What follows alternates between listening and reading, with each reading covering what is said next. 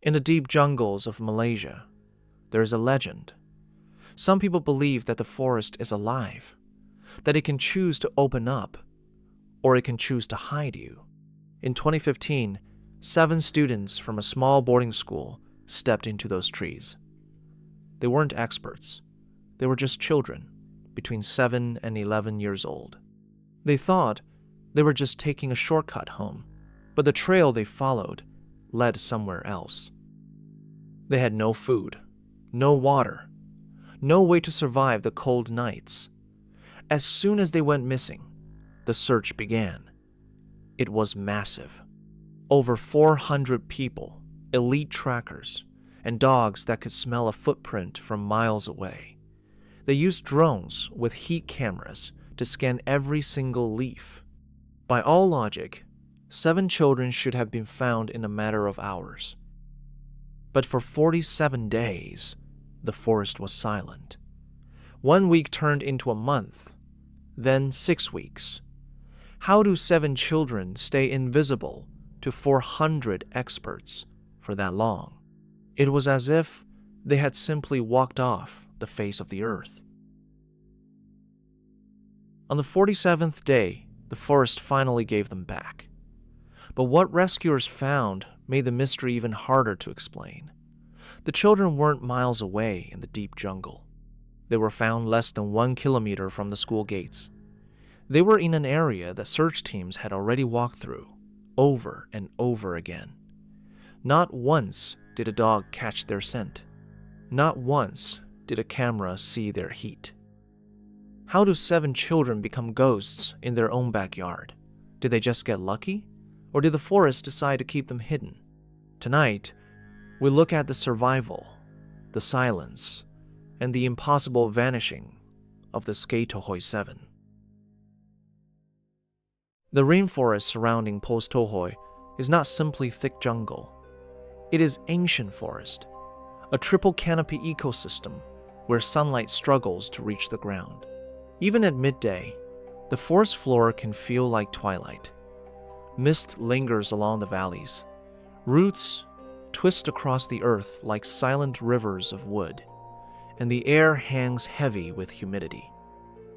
The deeper you walk into the forest, the harder it becomes to understand distance. Trails disappear into dense undergrowth. Within minutes, the forest can erase any sense of direction.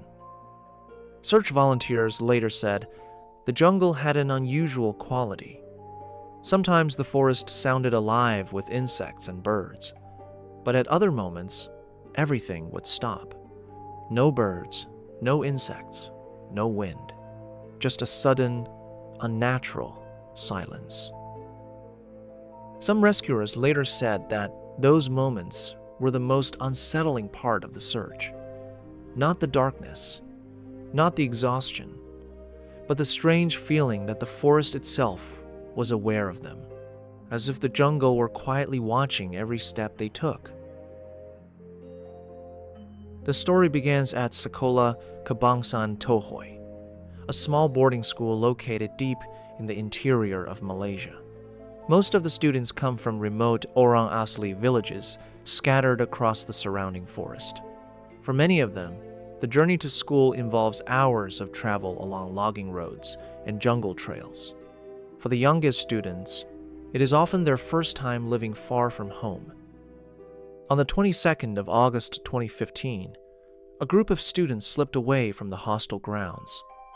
They walked to a nearby river to swim. For children raised near the forest, rivers are familiar places. But leaving the school without permission was a serious violation. A security guard noticed the students and reported it to the hostel warden. Later that evening, several of the children were called into the office. They were told punishment would follow the next day. No one knows exactly what was said during that meeting, but something about it frightened the children. That night, whispers moved through the dormitory, and before sunrise, several small figures quietly left the school. They crossed the open school field, Morning mist drifted slowly over the grass. Behind them, the buildings faded into the fog. Ahead of them stood the jungle. For the children, the forest was not unfamiliar. Many of them had grown up in villages surrounded by rainforest. They had followed their parents along hunting trails and crossed rivers through the forest. But this journey was different.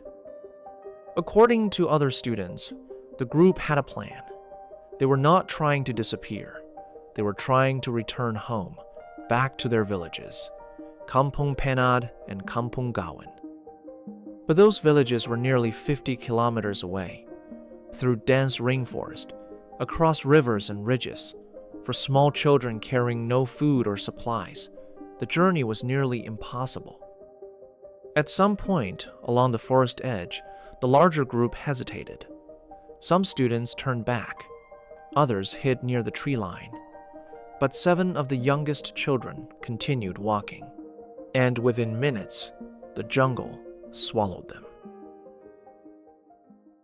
When teachers discovered the children were missing, the first search began quickly.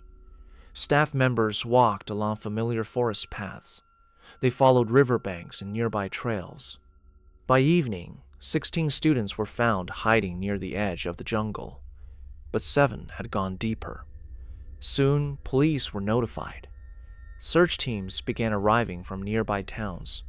Tracking dogs were brought into the forest, while helicopters scanned the canopy above the jungle. And with each passing day, the search around Posthohoi grew larger.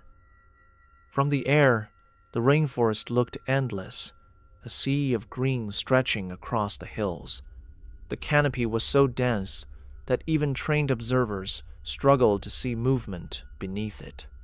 To someone standing on the ground, the jungle felt like a maze. To someone looking from above, it looked like an unbroken wall of leaves. Search teams worked in long rotating shifts. Groups moved slowly through the forest, calling the children's names, listening for any response. Sometimes the only sound that came back was the echo of their own voices. As the search continued, the emotional atmosphere around the school began to change. Parents gathered near the forest edge. Many refused to leave. They set up temporary camps and waited day after day, night after night, watching the tree line, hoping to see small figures emerge from the jungle. But the forest gave no answer. Yet, something strange began to happen. The search teams kept returning to the same places, the same valleys, the same riverbanks. Trails that should have led deeper into the forest seemed to circle back. And later, one of the survivors would reveal something deeply unsettling. During the search, the children could hear rescuers calling through the forest, voices echoing through the trees, footsteps moving through the undergrowth. And somehow, the children never answered. Some investigators believe the children were simply too frightened. Others believe they were already too weak. But several rescuers later admitted that something else felt unusual. Search teams had passed close to the very area where the children were eventually discovered, and yet no one saw them. Tamir elders observing the search believed something deeper might be happening. In their traditions, there are places in the forest known as hidden zones, places where the spirit world overlaps with the human world, places where people can wander but remain unseen. During the search, rituals were quietly performed near the school. Elders spoke to the forest in low voices. They asked the jungle to return the children. They waited beside the tree line, but the forest remained silent. Weeks passed with no sign of the missing 7. Then something impossible appeared. A pink sock belonging to one of the girls. It was discovered beside a riverbank. The unsettling detail was not the sock itself. It was where it was found. That exact area had already been searched multiple times, yet somehow the sock had not been there before. No one could explain how it appeared, or how dozens of searchers had walked past that riverbank and never seen it. Then, on the 47th day, search teams followed the Parias River. The Parias River curved slowly through the forest, its muddy banks tangled with the roots of towering trees. As the team moved along the riverbank, one rescuer suddenly stopped. Something near the exposed roots of a large tree caught his attention. At first, it looked like a small movement in the shadows. They thought it might be animals, but then the shapes shifted. Two small figures were sitting there, their legs hang above the water. For a moment, the rescuers weren't sure what they were seeing. Then someone whispered quietly, "They're children."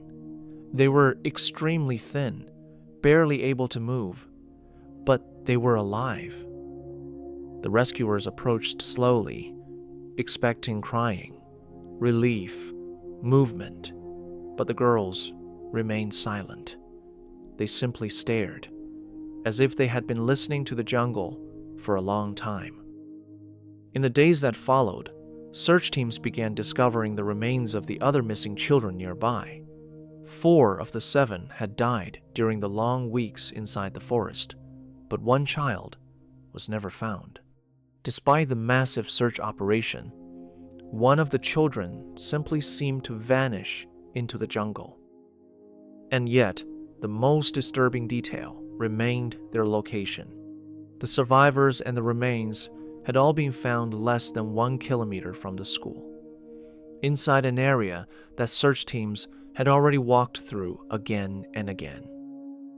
For 47 days, 7 children had been somewhere inside that forest, close enough to hear the searchers, close enough to be saved, and still, the jungle kept them hidden.